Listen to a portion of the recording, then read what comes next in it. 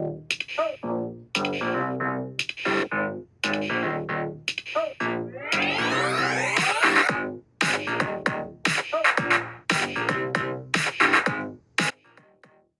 there, beautiful souls. I'm Colleen Lockoff.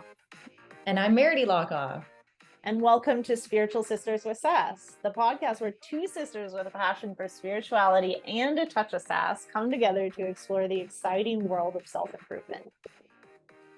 That's right, Colleen. We embarked on this incredible journey together, diving into different self-improvement techniques, yoga practices, and a whole array of life experiences. Yeah, and through it all, we've managed to create lives that are abundant, happy, and constantly evolving. It's been a wild ride, hasn't it, Meridee? You bet, sis. We've got two very different perspectives on life, but that's what makes this podcast so special. I'm all about diving in head first into life's adventures and embracing every challenge with a bit of sass. While Colleen here, she's got her own unique approach. Yep, that's me. And I'm all about the yoga, mindfulness, and finding my zen. And together we make the perfect balance. So whether you're looking for some wisdom, a few laughs, or just some heartfelt stories, you're in the right place. We're here to share our personal experiences and insights with you, all while exploring the wild and diverse world of self-improvement. So grab your headphones and get ready for a fantastic journey with us. Spiritual Sisters with Sass is here to uplift, inspire, and keep it real. Thanks for tuning in, lovely listeners. Let's dive in. Spirit and sass. Here we go.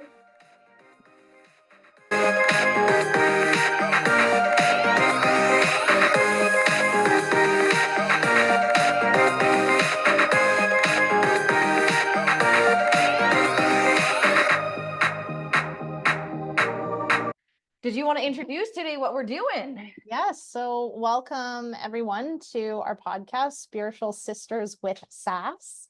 And today we are talking about the ego.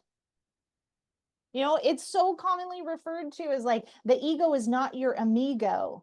Like, how do you eliminate your ego? I'm gonna get rid of my ego. And it's Kill the ego. I hate that. I see it everywhere. You cannot kill your ego.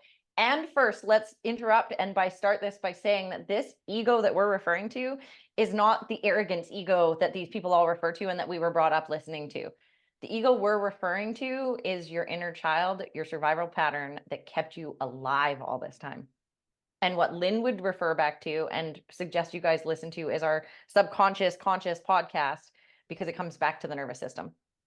And I mean, you said that, yet on the other side, it's like the inner child that, and we're going to talk about like, how did this happen? But the inner child may come up with arrogance as a way to cope with the situation. So it also is the arrogant ego. But it's so we like assign these labels. I love that we're already leading into this. Because the labels are like, you're bad, you're arrogant, it's your ego. But the ego was created from a place of like actually saving your life. Yes. Right? Yes. It was a survival mechanism for us when we were tiny little children that didn't know any better. And now typically that ego doesn't even serve us anymore because it's our childhood shit. And we are now adults that get to choose how to move forward. Yet so many of us aren't aware of it. So we continue to be in ego and not aware, because we just will point out other people's egos. And that's sometimes like, well, our trauma response in general is our ego. Yep. Yeah. And we will point out other people's egos because we're projecting ourselves onto them. I am only ever triggered by you because of myself. You won't be triggered by the same things that I'm triggered by because our trauma is different, even though we lived in the same fucking house. Right. Let's get into this. Yeah. Have you ever heard of the Russian baby studies? No. Tell me more about this. Okay. So Russian baby studies, I can't remember like what war it was, but it was one of the wars over in Russia. And parents, mothers and fathers were being killed left, right, and center. This is the one that had like the secret police in it and all of that. We learned about it in social studies. I'm not a history buff, so I can't remember exactly which one, but it was like Stalin. So what happened was a lot of parents were killed. And so there was babies, orphanages were overrun. And so what do we do when we have an abundance of something? Well, we might as well study it. So Yeah. there's all these parentless children. And what they did was they set out some protocols to each orphanage.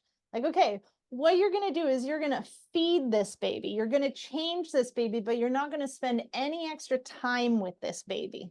So you're not going to show it love. You're only going to give it its physical needs. And this is where some of Maslow's hierarchy of needs came from, because we need like security, and we need water, and we need food, and we need shelter, right? Well, guess what was proven was it was 100% mortality rate in a lot of the orphanages where there was no love or physical touch given. Yes. In some of the orphanages, the babies that were near like the smoking rooms, like the staff rooms where the nurses would meet to have their breaks and smoke and talk, sometimes it was just those babies that survived because they had the extra like love of And people interaction. interacting.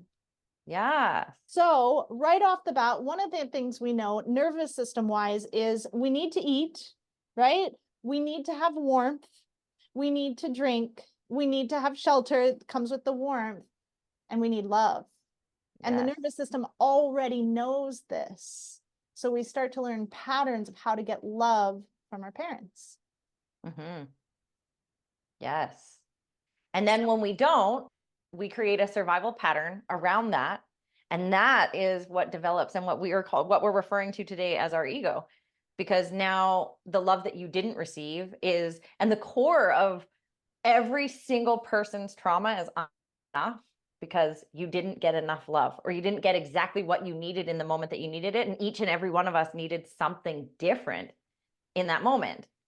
And with the lack of communication as children, I feel like that also makes it challenging, because my own kids have their trauma. Every single person has their trauma. Do you acknowledge it? Because if you can, then you can separate yourself from it. You can heal from it, which is one of the great things that Lynn and I are going to talk about today. Because I feel like that's the part that we all lack. That's the part that feels the hardest, is learning to sit in your feelings and move through those feelings and not run from those feelings, because we will run from pain to pleasure, but we will never run from pleasure. So we learn very little from pleasure, and we learn a whole lot from pain. It's actually, I was having a conversation with my daughter the other day, one of my daughters the other day, and she was asking why it is if she comes to a place where she's constantly in the space of people pleasing. And so I was like, in coaching, this is a huge thing that we need to look at, because coaching, we're always looking forward, right? What's the goal? Where are we going? If we keep looking back at the past, like you go where you look. I learned that when I was getting my motorcycle lesson. Dirt biking. Yes. If you're looking at the corner that you're about to crash on, you're going to go there no matter what. But if you're looking where you want to go, you will actually be able to save yourself from a crash and go where you're looking. So if you're constantly looking at your trauma and the reason why you are the way you are, then you are creating your future based on your past, right? We want to look forward to where we want to go. And when we hit a road bump, we want to know where that road bump comes from. So the other day I was talking to my daughter, and she's like, why is it that I let people talk to me like this? Why is it that I do that? And I said, well, let's just talk about when you're a kid. She's the oldest, and she had a sister that definitely knew how to say what she wanted and not stop until she got it. So this sounds nothing like us. Nothing like us. So all of us would say like, hey, just give it to her, because the oldest was a more chill child than the youngest. And so if you said, hey, kid, just give it to her, she'd be like, okay.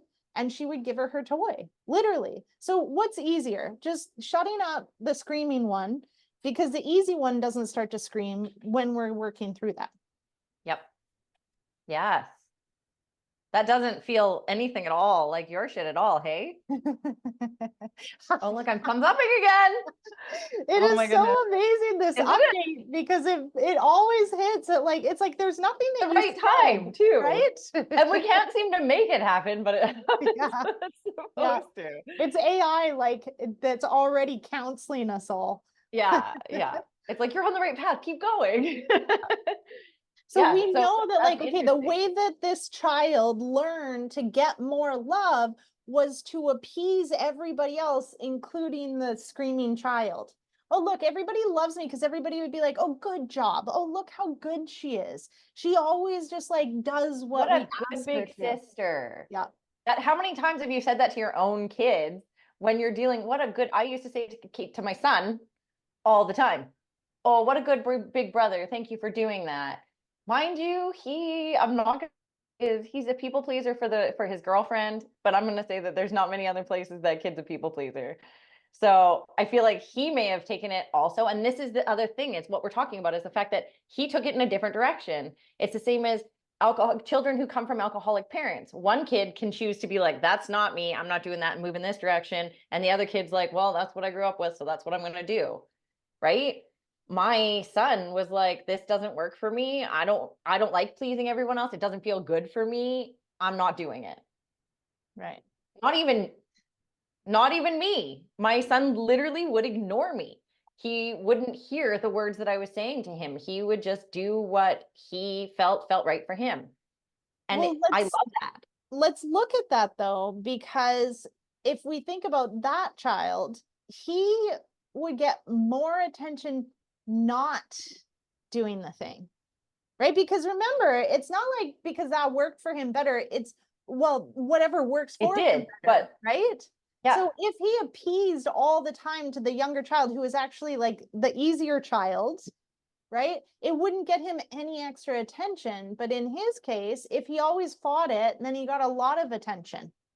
yeah, yeah. And I say that too. Like with my daughter, it was just easier to, I could, with him, I picked and chose my battles, because it felt like everything was a battle with him. With my daughter, I'd say it, she'd fight me, I'd say it again, and she'd be like, ah, shit. And she'd just go do it. And then I'd be like, okay, it's done. That being said, all I did was, okay, it's done. I didn't praise her for doing what she needed to do, or for doing what I needed her to do. So she didn't necessarily feel like she was even getting what she needed from that either. So neither, I mean, he was getting what he wanted, because eventually I just stopped fighting with him. I'd be like, I'm not fighting with you anymore about this. It's not worth it. Whereas with my daughter, I knew that if I fought with her, we'd get the outcome that I needed from her. She was the So good child. yeah, he was the fighter for sure. And that's it. Like, so I've been more aware of, like, well, I mean, we've talked about this a lot, of like what my story is. And then we've talked about this with you and your story around even our bodies. Mm-hmm. Right? It's like, for me, I need to be the big sister. And a lot of like what was talked about is like, oh, don't mess with Meridee because Her she has sister to will live. kick your ass. Yeah. They And weren't like, look out for those guns. They were look out for those guns. right. A lot of Yeah. that was like, I mean, it's no surprise that I went into nursing as a career. And it's no surprise that I then switched my career from nursing to yoga, right? Because they are all like caretaking, which Yeah. is really interesting, because what came up the other day, I had a very interesting situation. I was going to purchase a business, and I was out for a walk with my partner, and he said, what are you going to do about this business? I said, I don't know. I don't know. Like, he's literally handing it to me. It's the best deal ever. One of the pieces was, I will definitely be going into debt for 318,000 US dollars. US. Okay. So this is great. Here we're going to go for this. I have the opportunity. I know I have the knowledge. I can make this work. And now all of a sudden I have the following, right? So we're looking at it, and I said, here's just the one thing, like, my goal for so long has been to be debt free. So by doing this, I'm taking on more debt. Now, am I taking on more debt? Like, if it doesn't work out, I'm probably going to go bankrupt, because I can't even take on more.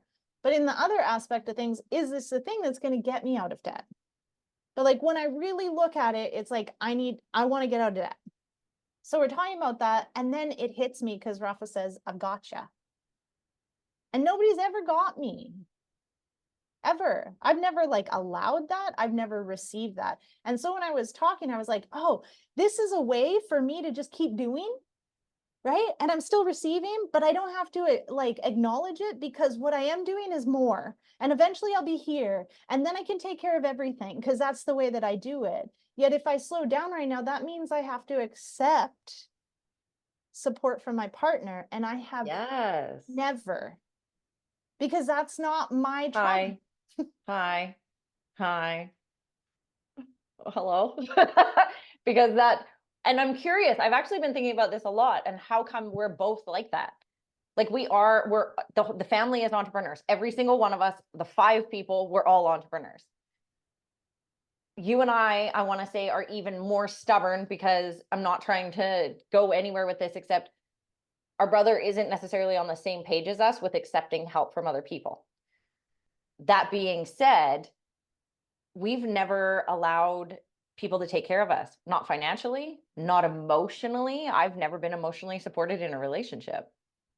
And when I did allow someone to give me the dream of being the stay-at-home mom while I had 2 tiny children 15 months apart, very quickly when that fell apart, I realized why I didn't let someone take care of me that way, because now I needed to rely on someone to get myself back on my feet.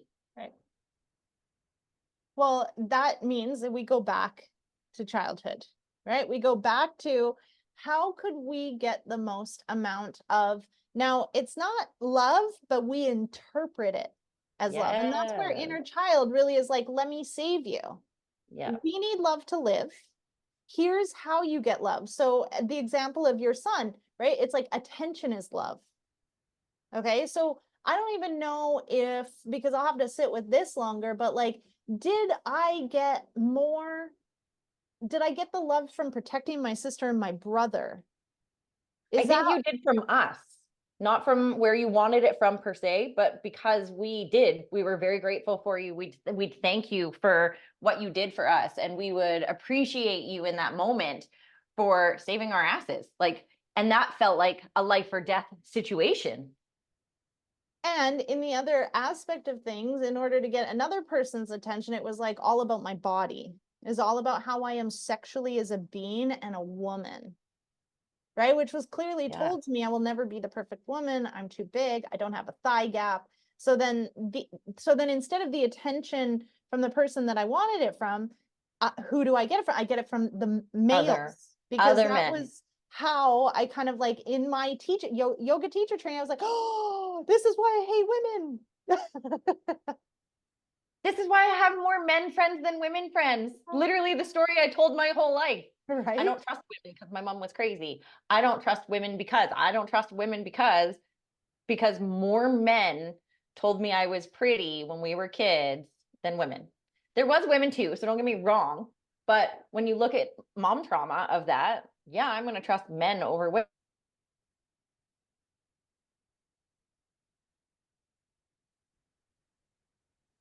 I look at it now, it's different for me. But in that moment, I never felt betrayed by my dad. I didn't feel betrayed by men, but I felt betrayed by women. I felt I'm trying to think of the word that I'm looking for, but I felt like I wasn't appreciated by any women. So it was just easier because men would at least appreciate me. It didn't matter that they were only necessarily appreciating the outsides of me.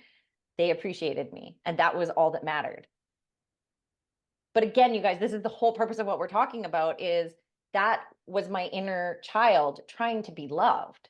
That child needed that love in so many ways that it didn't matter where it came from.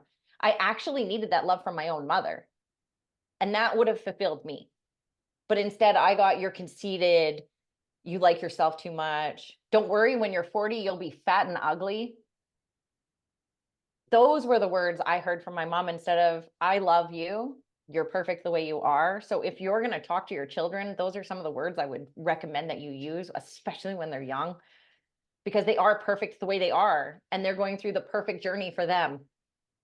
Even when they're freaking out, even when they're being total assholes, they're going through their perfect journey, and let them know that they're perfect just the way they are.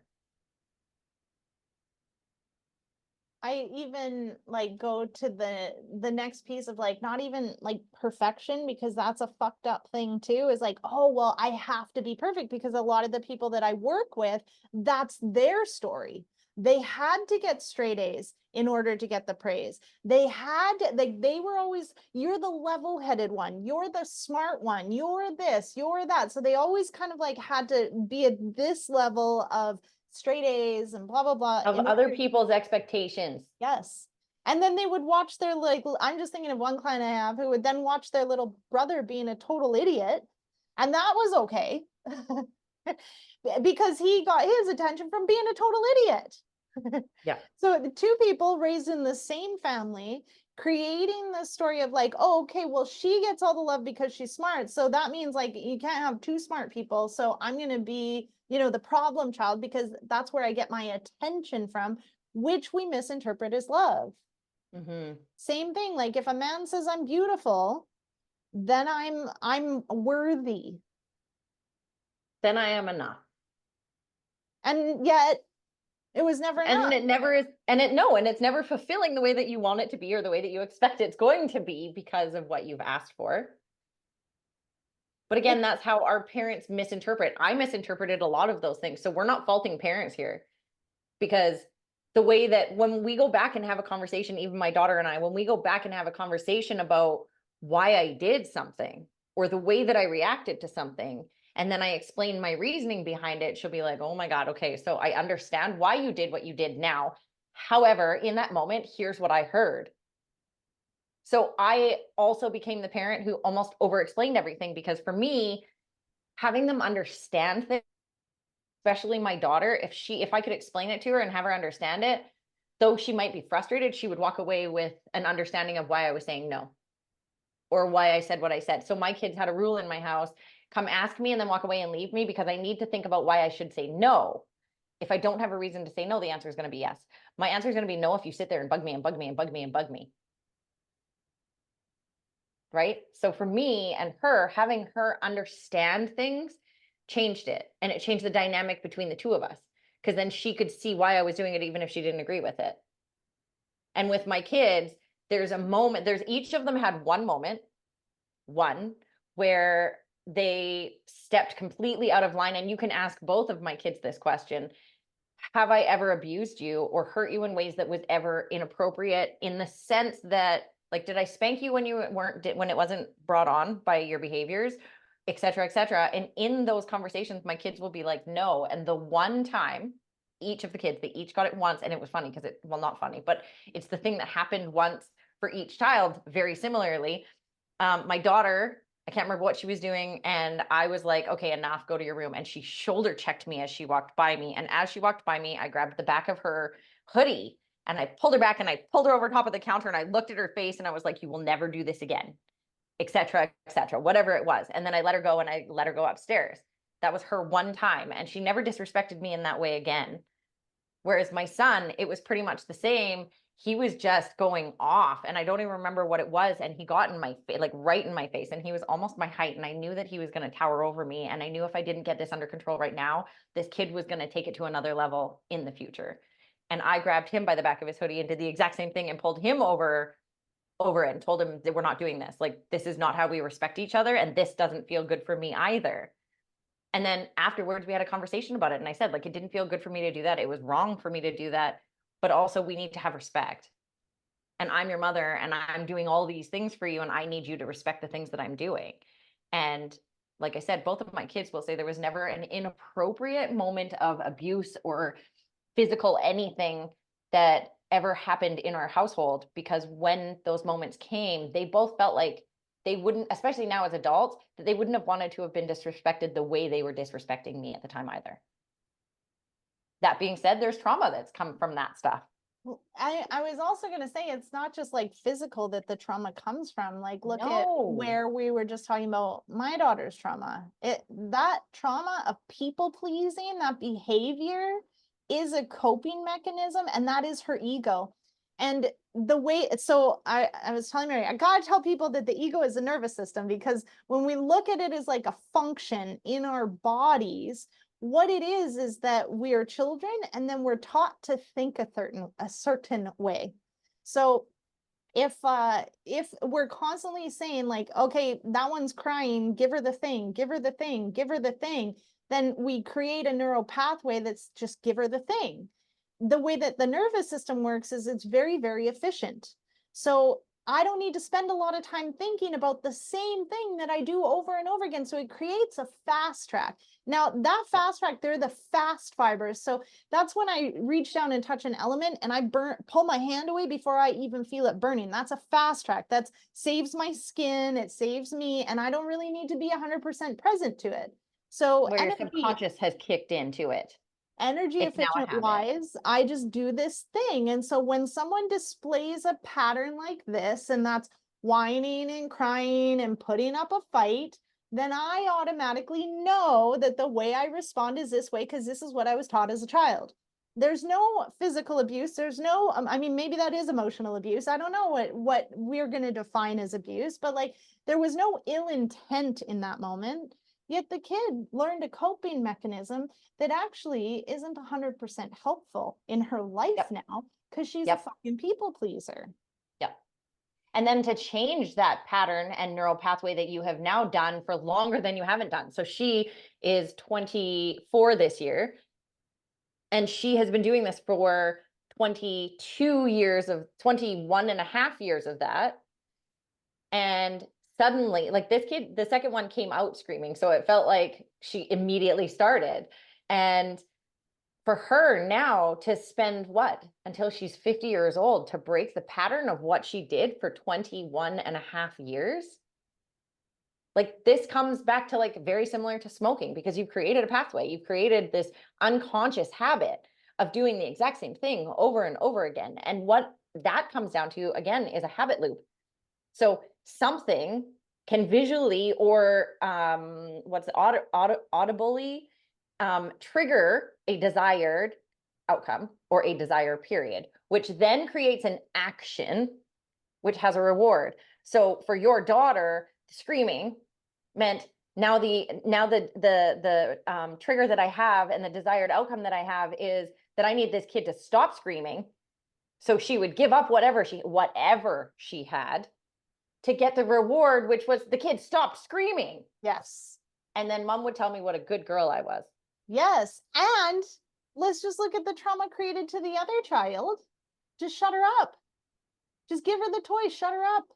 So then that kid that never expressed her feelings, other than I'm not happy with this, also was traumatized in this response. So we're literally like teaching both of these kids, not from an ill place, not from a violent place. It's just like, oh my gosh, I can't. And now we're seeing these things. Now we're able to acknowledge that, oh shit, that didn't work the way that we thought it did. And in the moment it did work, because the outcome that we were also looking for was shut the kid up. Right. And with that child, now I know a lot of people are probably sitting on here being like, nope, yada, yada, yada. I'm going to tell you guys something. Okay. And I love this child. I love this child. Her and I have had our fights, but she is one of my favorite people on the planet. So it's not, when I say this, I'm not coming from an ill place. But this kid came out screaming. And when she was a baby, trust me, I'd say to my sister constantly, you need to be consistent. Don't give her the thing. You can't keep giving her the thing. She was like, here, take her. You fucking prove it to me. And I was like, all right. I took her for a day. I brought her home that day. My other niece, never. I would never drop her off. Not for the life of me, I wouldn't drop her off. And yet, in this moment with this child, there was nothing that shut her up except what she wanted. Like, I'm going to say, I don't even know how long that went on for, but from a baby, this kid, she was born screaming. No joke. She was born screaming, demanding what she wanted. And unless she got what she wanted, she did not stop. You want to see a parent, this literally would be a reason to shake your baby. Like, I had to take her home and be like, okay, you win, Lynn. I can't do this. You're right. This kid doesn't shut up no matter what, unless she gets the exact thing that she needs. And it's not even needs, things she wants. And again, when I say this, I love her. She's one of my favorite humans, and she is not like that now. Well, she can be if she wants to be. I feel like we all can be. But in that moment, it wasn't that Lynn was this bad parent that was like, we just need to shut this kid up because it's easier for me. She would go on for hours and hours and hours and hours and hours, like 12 hours sometimes of nonstop screaming until she got what she wanted. And it would be Lynn saying, okay, I'm going to change this pattern because this can't be good for her. And then 2 fucking days later, you're like pulling your hair out and wanting to shake your baby because all she's done is scream for 2 days because you didn't get her sister to give her the one goddamn toy. So this was not bad parenting. There are certain children that you have to parent different. Every child, I think, needs to be parented different than another. And this child required different parenting. And again, this is where I say we're all on our perfect journey. It is what it is. You're here to do and learn certain things. And this child came here very determined to learn whatever it is that she is supposed to learn. And to teach her sister. Yeah, to teach us and her sister exactly that. Yeah. So it's not, because I hear that. And then I also have heard people be like, well, consistency. And trust me, I went to my sister and said, well, consistency. And then was like, okay, no one is winning against this kid. Yeah, no one. No one. No. I don't think I've ever met a more, what's the word I'm looking for? Not resistant and not stubborn, because it wasn't stubborn. There's a word here. What is it? Determined. Yes. I have never met a more determined child in my life. She was getting what she wanted and needed in those moments. Mm-hmm.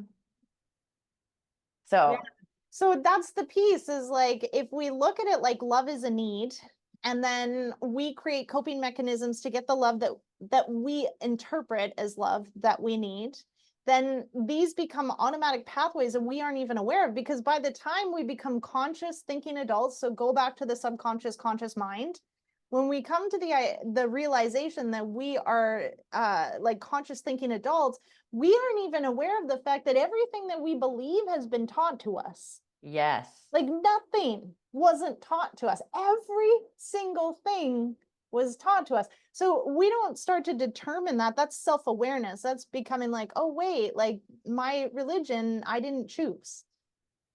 Oh, this value, it's not actually mine. Our traditions, or our US Western traditions versus Eastern traditions, those things are taught to us. Going to a new place and exploring new things and you thinking it's weird, it's not weird for them, it's weird for you because of the things you were taught. So then we learn that, like, actually, if you think about us being cookie cutter, right? We're all gingerbread man cut from the same cookie cutter. Well, that's a pretty boring ass world. Yes. There's no way that we can evolve or grow in our consciousness if we're all the same. Yes. So we need our egos to survive. Yes. Because a cookie, like a gingerbread mom, doesn't love its gingerbread child because it doesn't even know it's a mom or that there is a child, because it's all the same thing. Yes. Yes. So we need to be able to grow and evolve consciously by having an ego. And that's shadow work, right? Yes. Shadow work is recognizing that there are two sides to a coin, right? Having determination and vigor have like the opposite sides of determination being greed. Vigor being like never fucking stopping, right? And but they also have the opposite, which is not greed at all, laziness. Like there's different facets of all of the things that we have, and we have to have those. We can't have light without dark. If we always had light, we'd never appreciate the dark. Stars can't shine in the dark. We can't have our good without our bad, because how do you know what good is or bad is? That's non-dualism. So a dualistic perspective is like there's hot and then there's cold, two ends to a spectrum. And then we have non-dualism, which means like you don't actually know what cold water is if you haven't touched hot. Yes. You don't know think of this one. You don't know what illness is without health, or health is without illness, right? How many times is it that you're unwell and you're like, damn, do I ever take health like take it for granted? I wish I felt normal. That's non-dualism. There is no separation. And so in this, our egos help us to grow. They help us to cope. But if we're not aware of them, then we aren't aware of our patterns or our behaviors and the way that they just automatically come out, because we aren't even aware that we have them. And this is why in this podcast, you'll never, ever hear us say kill the ego, because your ego still serves you and will forever serve you. And also, in my opinion, is never going to fucking die. Nor do you want her or him to die. It's a piece of you that you need in order to become a better human being. And if you just like, because I always come back to science. To me, that's really important because I think we can manipulate people very easily with spirituality by having some of the jargon and just being like, oh, blah, blah, blah, your ego's not your amigo. And then it's like, oh, tell me more. That was such a cool rhyme. And it's like, actually, if we look at this as your nervous system, right? And you have a response to, let's just say your mom yelled a lot. And so you learned when your mom yells, cry. And if you cry, she won't do a certain thing to you. So then you know when someone yells, cry. That's called a trauma response. It happens so quick and you run into that. And we have many trauma responses that we're not even aware of. When you're fighting with someone, guess what you're doing? You're both in fucking trauma response, puking your trauma on each other. But you, fuck off, sit down, shut the fuck up, recognize what's going on. The person in front of you is a person that you love, but And all yet look at how you're sitting treating there them. like telling them what a piece of shit they are. I And feel like this is a to them. And I feel like this is a perfect place for you to step in and say, so when we're in this moment, how do we get through this and how do we heal this? How do we let our trauma go without it being spewed or vomited on someone else? How do we heal this bullshit side so that we don't treat other people the way that we were treated, so that we're not in trauma response? Because I got to tell you, I know for a fact when I'm in trauma response, I am far from my best self.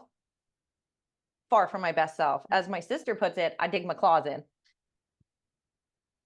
So right? we have like these awesome, Don Miguel Ruiz in the Four Agreements consistently speaks about the fact that your outer world is a reflection of your inner world. So if you just stop projecting all your shit outwards and you actually look at like, okay, this is happening, like I don't like you because you're so aggressive, whatever that might be. Yeah.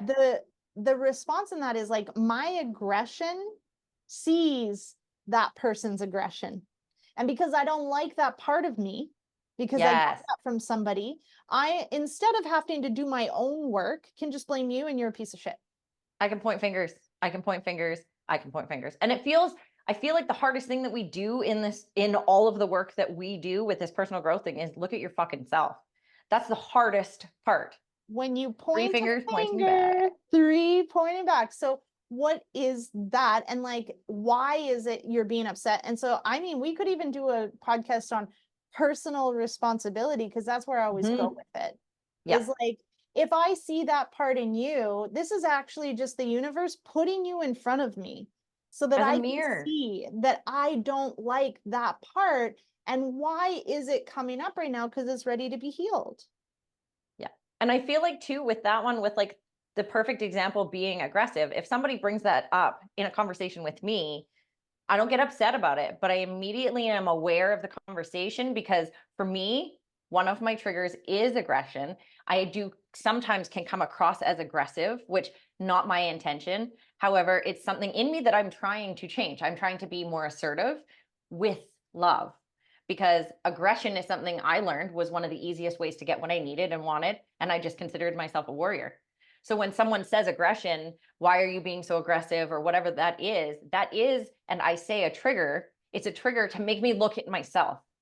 Whereas one of you guys listening could be like, I don't even know why they're talking about aggression. It's not a big deal. That's because it's not your shit. Right. So someone talking to them about you, about being aggressive, you're going to kind of laugh it off because it's not true at all.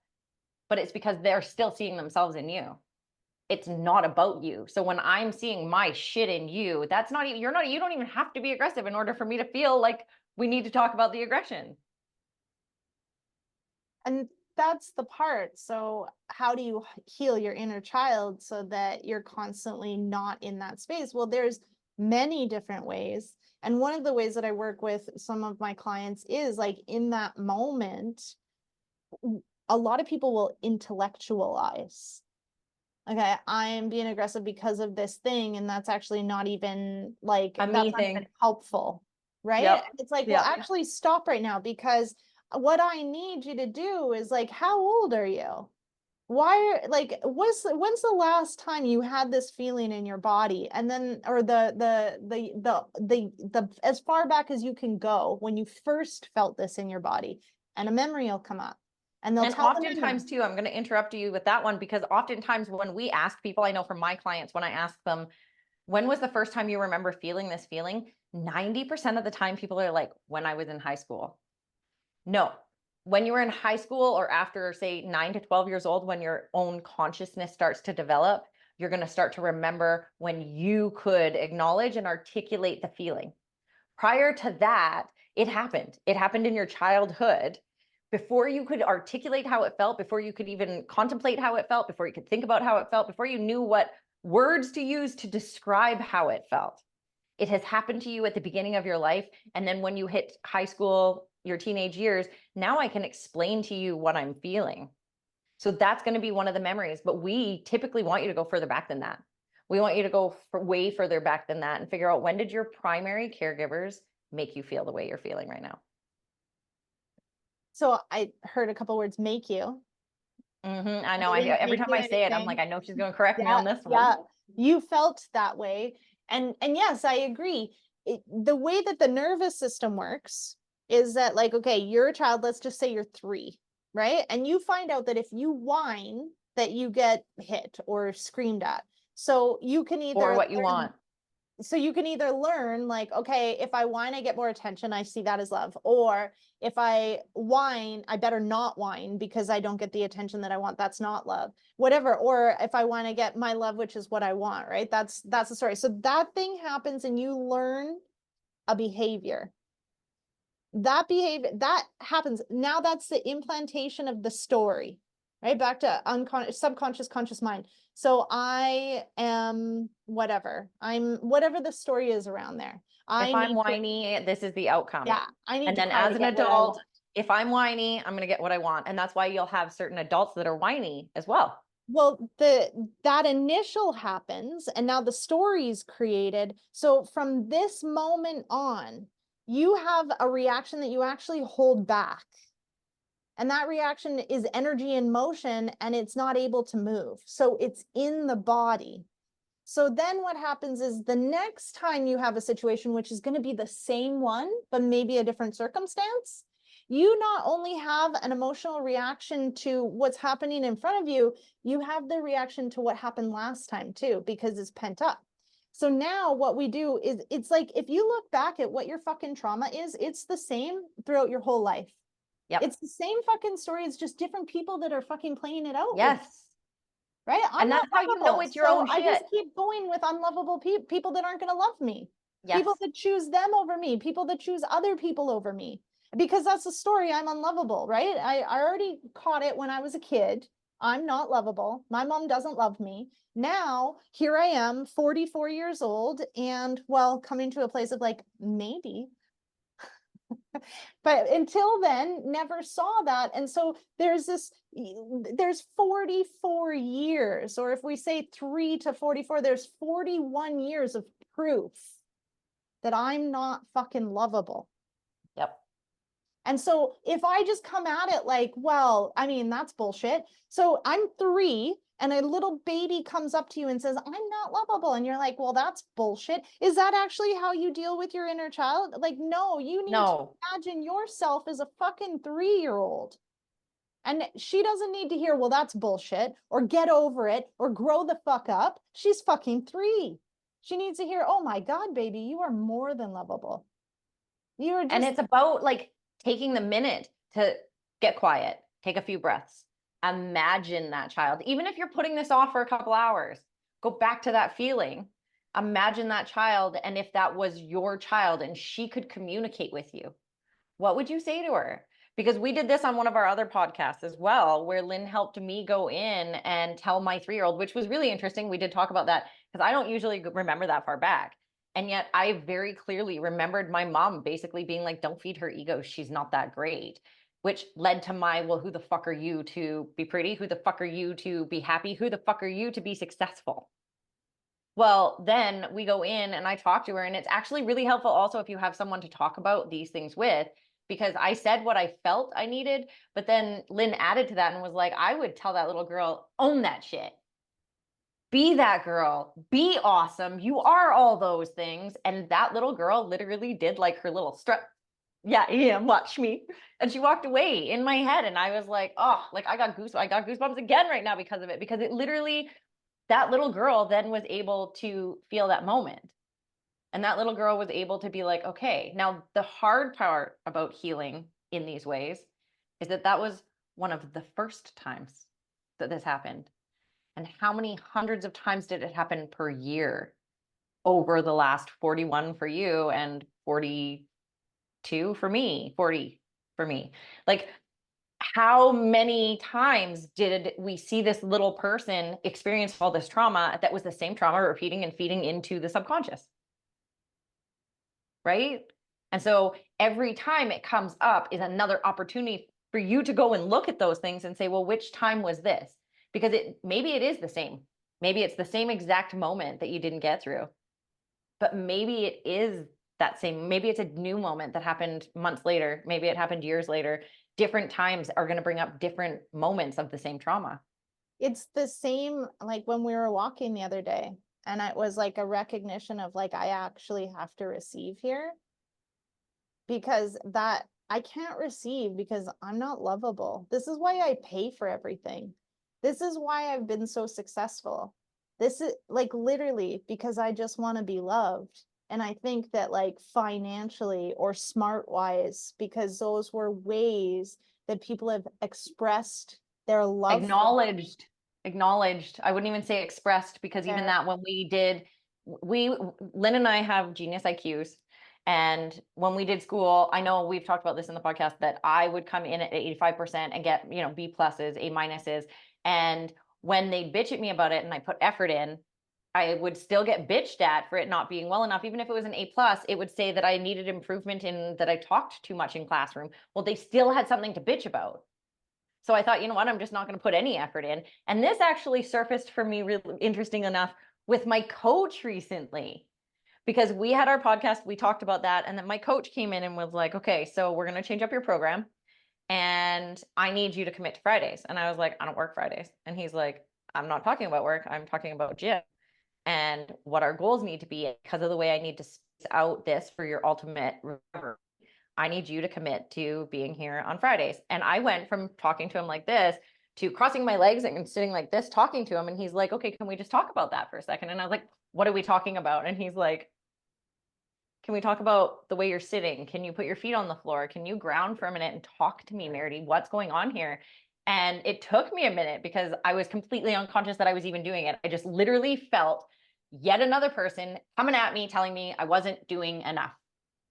And I was like, oh shit. And he's like, what? I'm like, this is my 85%. And he's like, yeah, I can see that. He's like, I see you've been giving 85%, which he's like, for most people, I do have to struggle to get them to give the 85. He's like, but I know what you're capable of. And I'm like, fucking, here we go again. Another person telling me I can be better than I am. So I'm not enough. And he's like, not what I'm saying at all. He's like, I'm asking why you limit yourself. Because it's not me who's doing the workouts, Meridee. It's not me who's committing to this program or not committing to this program. It's you.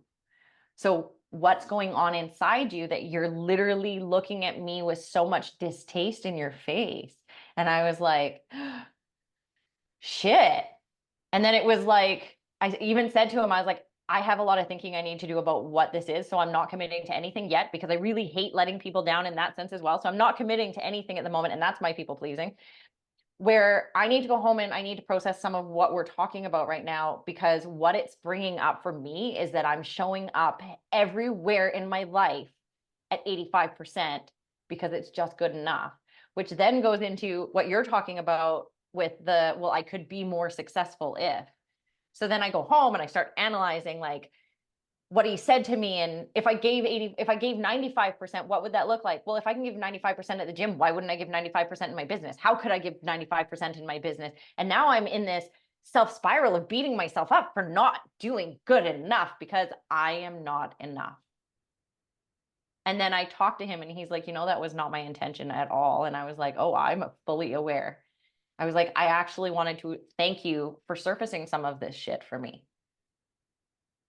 because now I have a chance to look at it and ask myself, why am I being like this? Why am I struggling with 85%? And especially because we talked about this even this morning, is The universe will bring things to you multiple times, especially if you're not listening. And if you're not listening, it literally is going to start to smack you around. Now, the universe typically comes in whispering at you, being like, hey, it's here. Hey, here's something for you to look at.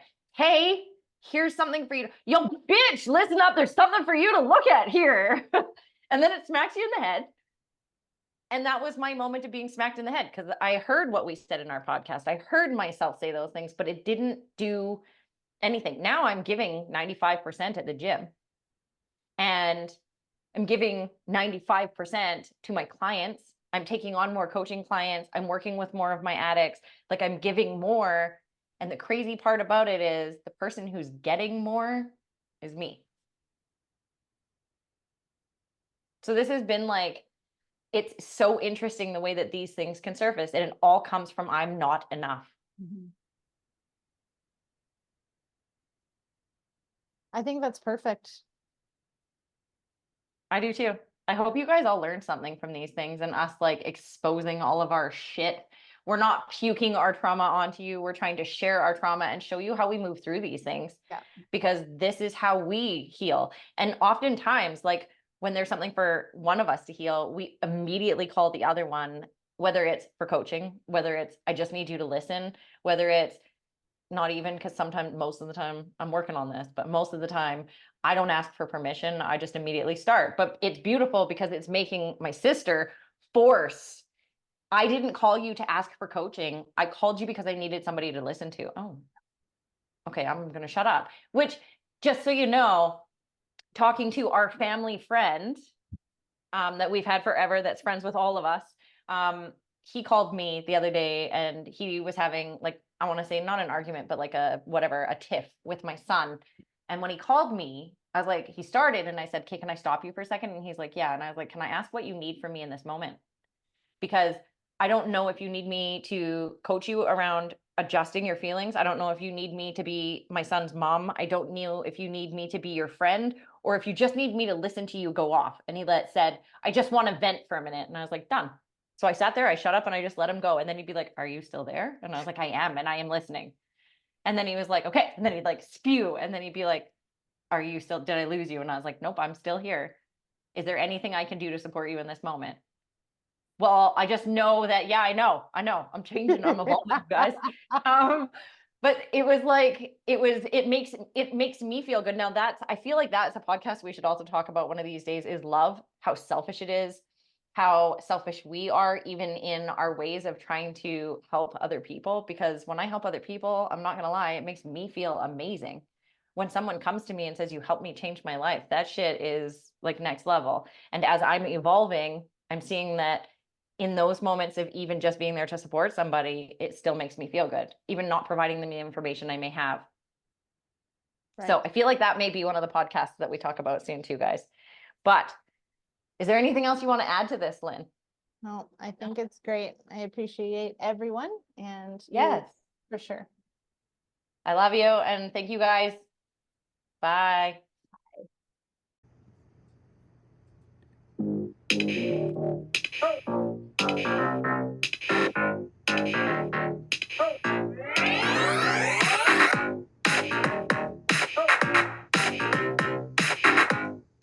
Thank you for joining us on this spirited journey today. We hope you enjoyed diving into the world of self-improvement with us.